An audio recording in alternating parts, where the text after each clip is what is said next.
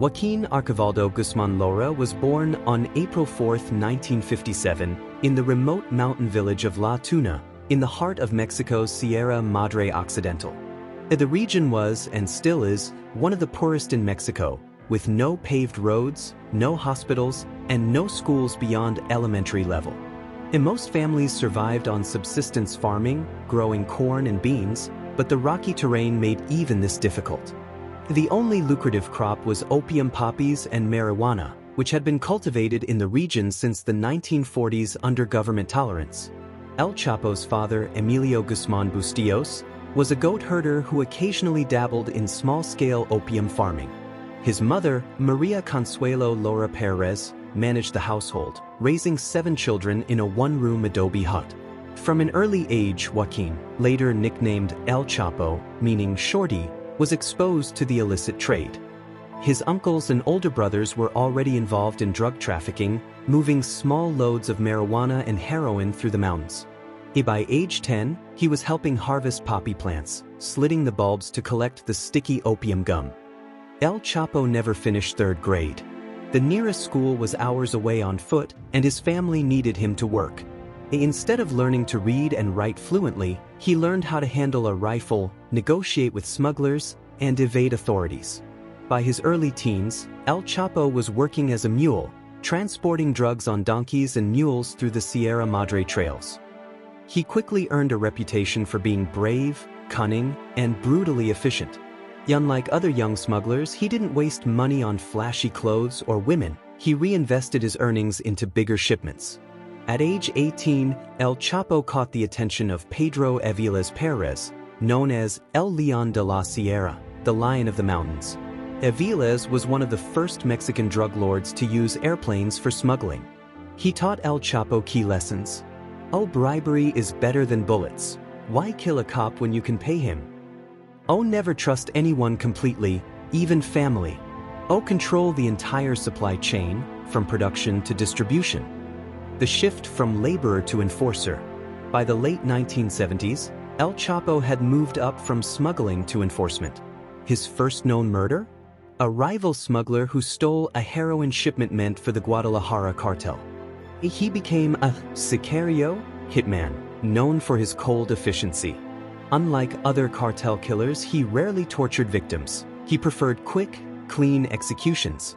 In the early 1980s, the Guadalajara cartel, led by Miguel Ángel Félix Gallardo, dominated Mexico's drug trade.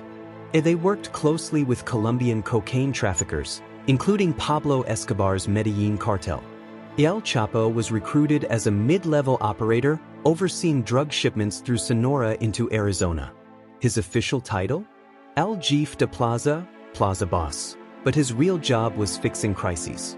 For example 1, when a 2-ton cocaine shipment was seized by Mexican police, El Chapo tracked down the corrupt officers who stole it and executed them. Example 2, when a rival gang ambushed a cartel convoy, El Chapo hunted down the attackers and left their bodies on display. The death of Aviles, a turning point. In 1978, Pedro Aviles was killed in a shootout with federal police. This left a power vacuum in Sinaloa. El Chapo, still in his early 20s, seized the opportunity, aligning himself directly with Félix Gallardo. In 1989, Félix Gallardo was arrested for the murder of DEA agent Kiki Camarena. The cartel splintered into factions. El Chapo, along with Héctor El Güero, Palma and Ismael El Mayo Zambada, formed the Sinaloa Cartel. Innovations that changed the drug trade. El Chapo revolutionized smuggling with 1. The first narco tunnels, 1990. Small, hand-dug passages under the US-Mexico border. Later evolved into sophisticated underground railways. 2. Corruption at the highest levels. He bribed generals, politicians, and even Interpol agents. At one point, entire police departments in Mexico were on his payroll. 3. Diversification into new drugs. Expanded from heroin and marijuana to cocaine, meth, and later fentanyl. By the early 1990s, the Sinaloa Cartel was shipping 100-plus tons of cocaine per year into the U.S. El Chapo was earning $500 million annually. His nickname was no longer just El Chapo, he was now El Rapido, the fast one, for his ability to evade capture. El Chapo's early years shaped his ruthless, businesslike approach to drug trafficking. He wasn't a flashy, bloodthirsty psychopath like other cartel leaders, he was a strategist. His rise from a poor farmer's son to Mexico's most powerful drug lord was fueled by ambition, patience, and an uncanny ability to outmaneuver rivals. But his biggest test was yet to come, the 1993 Guadalajara airport shooting, which would put him on the global radar and lead to his first arrest. On May 24, 1993, two unrelated events collided at Guadalajara International Airport. Cardinal Juan Jesus Posadas Ocampo, the Archbishop of Guadalajara, was arriving to meet a Vatican diplomat. El Chapo Guzmán and his armed entourage were boarding a flight to Puerto Vallarta, one of his favorite vacation spots. What happened next remains one of Mexico's greatest unsolved mysteries. At approximately 3:15 p.m., gunmen from the Tijuana Cartel, led by the Arellano Felix brothers, opened fire in the airport parking lot. Witnesses reported 50-plus gunshots in under 2 minutes.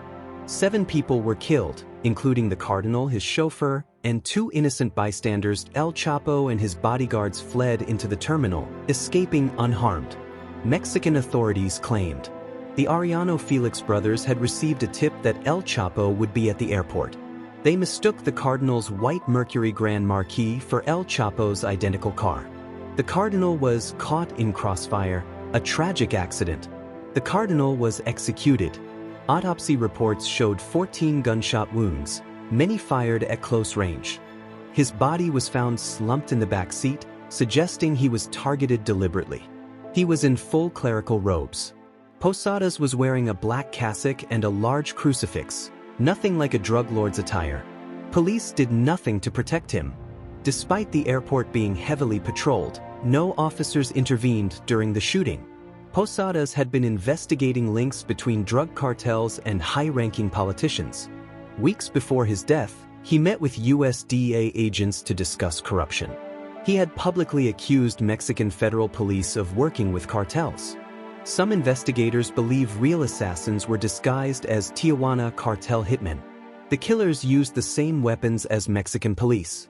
The Arellano Felix brothers did have a motive to kill El Chapo, a bloody turf war. But the precision of the cardinal's murder suggests a second hidden agenda.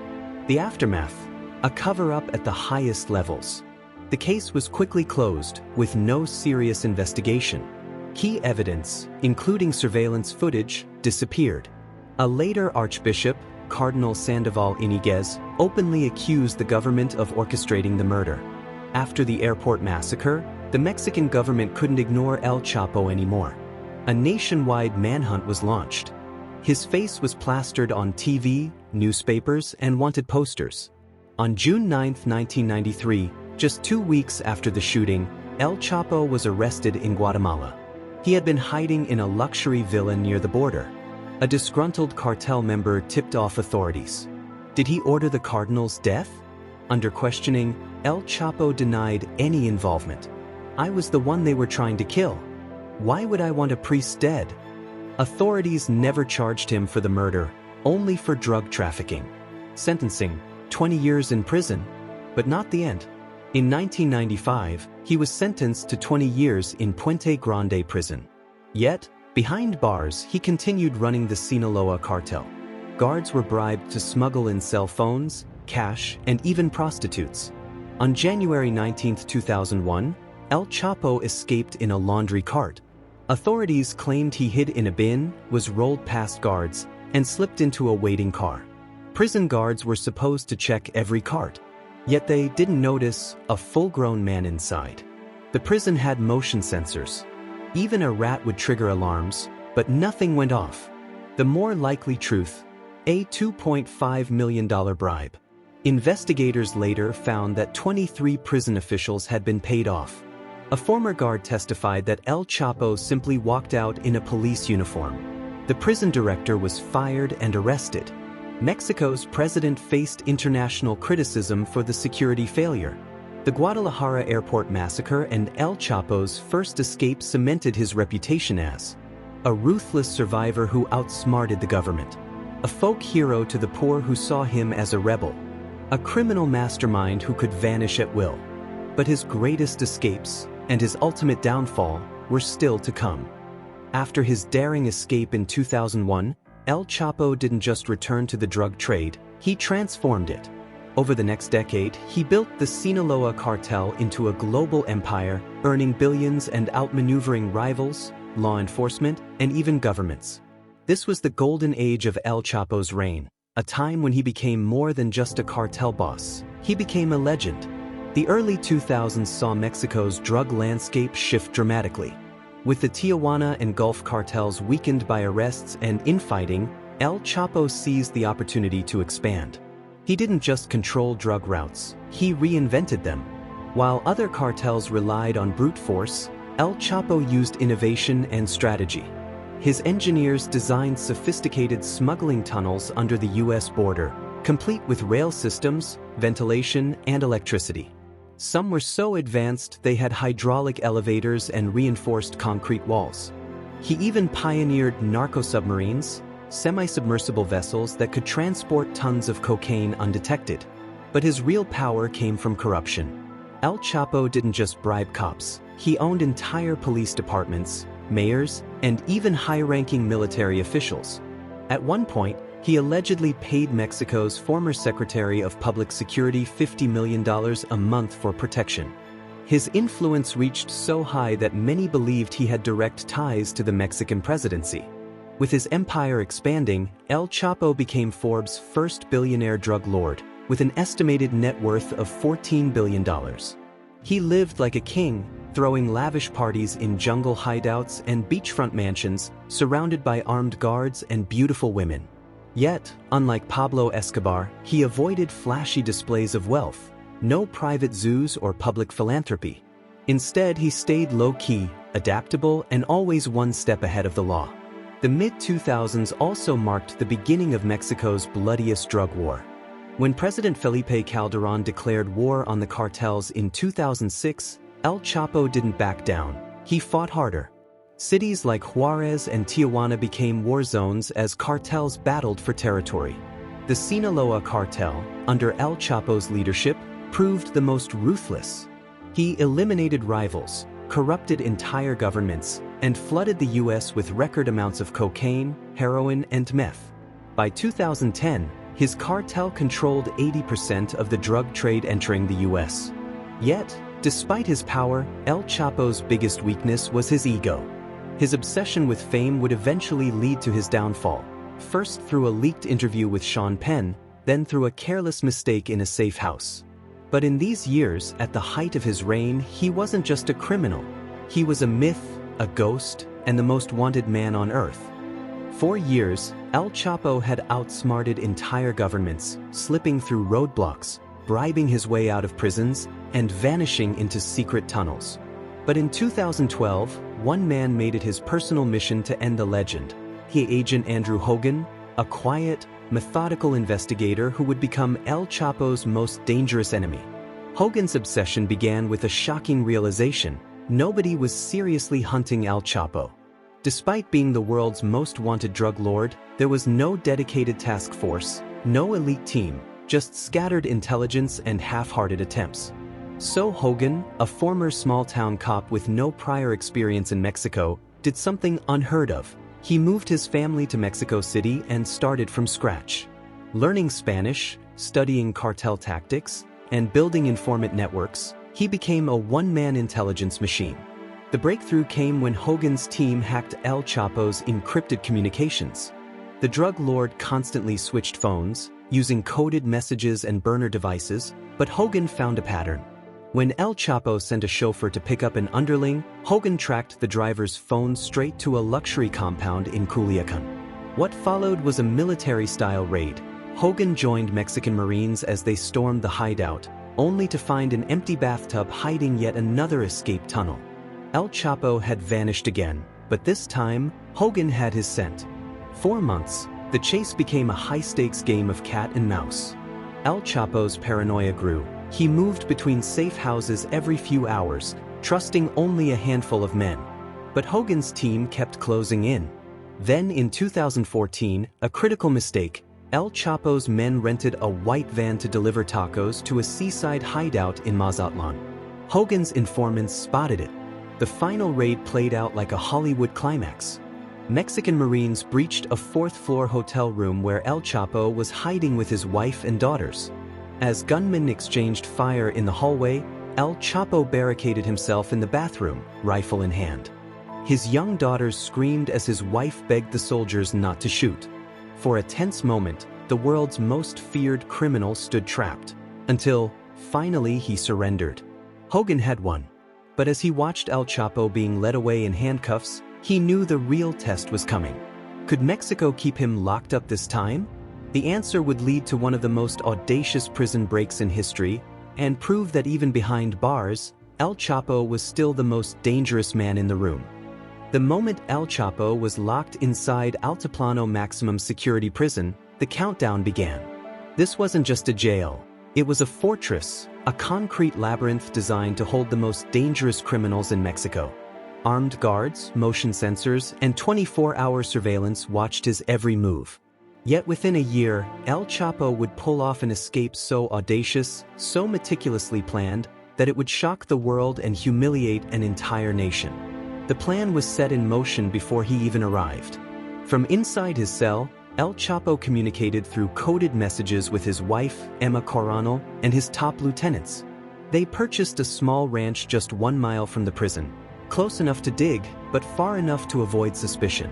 Over the next 12 months, a team of engineers, miners, and cartel assassins worked in shifts, burrowing a 1.5-kilometer tunnel directly toward El Chapo's cell. This wasn't just a hole in the ground, it was a high-tech underground highway, complete with electric lights, ventilation pipes, and a modified motorcycle on rails to speed the escape. The most incredible detail? They hit their target with near-surgical precision. Using a smuggled GPS watch, El Chapo relayed his exact coordinates to the diggers. They tunneled upward, breaking through a 20-inch square hole hidden beneath his shower drain. A hole so small that only a man of El Chapo's short stature could squeeze through. On the night of July 11, 2015, surveillance cameras captured every second of the escape. El Chapo paced his cell, then casually stepped into the shower area. With one last glance at the camera, he bent down and vanished. Guards didn't notice for 16 critical minutes, long enough for him to descend a ladder, hop on the waiting motorcycle, and ride to freedom. By the time alarm sounded, he was already in a stolen car, speeding toward a waiting plane. The aftermath was pure chaos. Mexico's president went on national television, his face a mask of fury and disbelief. The prison warden and 37 officials were arrested for corruption. Conspiracy theories exploded. Had El Chapo paid off the entire government? Or was this proof that no prison could hold a man with limitless resources and cunning? For 6 months, El Chapo disappeared into the mountains of Sinaloa like a ghost. His son even taunted authorities on Twitter, posting a photo with the caption, "You already know who I'm with." It was the ultimate insult. A kingpin so powerful, he could vanish from a maximum security cell and reappear as if by magic. But his greatest mistake was yet to come.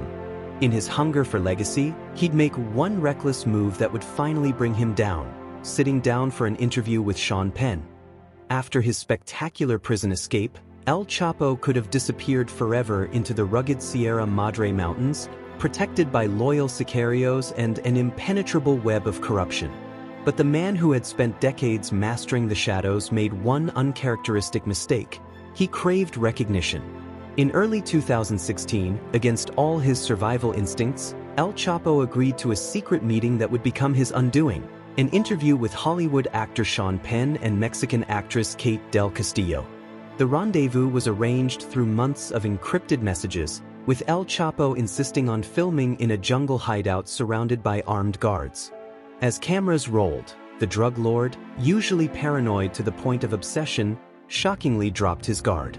He boasted about his empire, casually admitting to bribing officials and moving tons of drugs. Most damning of all, he revealed operational details about his security protocols, including how his tunnel engineers had trained in Germany. Unbeknownst to him, Authorities were already tracking Penn and Del Castillo's movements. The meeting gave investigators their first solid lead in months. Mexican Marines began closing in on El Chapo's network, intercepting communications from the very phones used to arrange the interview. In January 2016, a simple mistake by one of his lieutenants, ordering tacos from a white van outside a safe house in Los Mochis, allowed authorities to pinpoint his location. The final raid was a scene of pure chaos. As Mexican special forces stormed the compound, El Chapo's bodyguards engaged in a furious firefight while the drug lord fled through yet another hidden tunnel. But fate intervened when his getaway car broke down just blocks away. For the first time in his criminal career, El Chapo had no backup plan, no secondary escape route. Cornered and exhausted, the world's most elusive criminal was captured hiding in a drainage ditch, his legendary luck finally run out. This time, there would be no bribes, no tunnels, no miraculous escapes. Within hours, he was transferred to a maximum security facility under 24-hour surveillance. 6 months later, he was extradited to the United States, the one fate he had spent his entire life avoiding. The man who had outsmarted governments for decades was ultimately brought down not by sophisticated police work, but by his own growing ego and desire for immortality. After surviving hundreds of shootouts, outsmarting entire armies of federal agents, and escaping from maximum security prisons, El Chapo was finally caught because of something far more dangerous than any enemy: his own legend. The steel doors of Colorado's ADX Florence supermax prison slammed shut on Joaquín El Chapo Guzmán in 2019, marking the official end of his reign, but not the end of his story. Locked in a 7 by 12-foot concrete cell for 23 hours a day, with no contact with other prisoners and only a small slit of a window, the Kingpin who once commanded an empire now lives in what's called the clean version of hell. Yet outside those prison walls, his legacy thrives in ways that prove just how little his capture actually changed. The Sinaloa Cartel, now run by his sons, known collectively as Los Chapitos, is more powerful than ever. While El Chapo sits in solitary, his organization has diversified into new markets, including the deadly fentanyl trade responsible for tens of thousands of American overdose deaths. Their business model has evolved too: less flashy violence, more corporate-style efficiency, with sophisticated money laundering and cyber operations. Shockingly, the cartel's revenue has reportedly increased since El Chapo's imprisonment. Meanwhile, in the mountains of Sinaloa, El Chapo has become something between a folk saint and a cautionary tale. Ballads called narco corridos still glorify his rise from poverty, while street vendors sell t-shirts with his face alongside Che Guevara and Pancho Villa. In a cruel irony, the man who spent his life avoiding extradition to the US now exists as an American prison number, while back in Mexico, the corruption that enabled him remains untouched. Perhaps the most telling detail of all? The very tunnel he used for his 2015 escape has become a morbid tourist attraction. Visitors can stand at the entrance of that engineering marvel and ponder the uncomfortable truth it represents: that in the war between drug cartels and governments, the cartels keep innovating while the system keeps failing. El Chapo may never see sunlight again, but the world he helped create, where crime pays better than justice, where violence is currency, where poverty breeds desperation, that world is alive and thriving. They caught the man, but not the myth. They locked up El Chapo, but the machine he built? That's still running at full speed. Because in the end, this was never just about one man's ambition, it was about an entire system that created him, protected him, and in some ways, still needs him.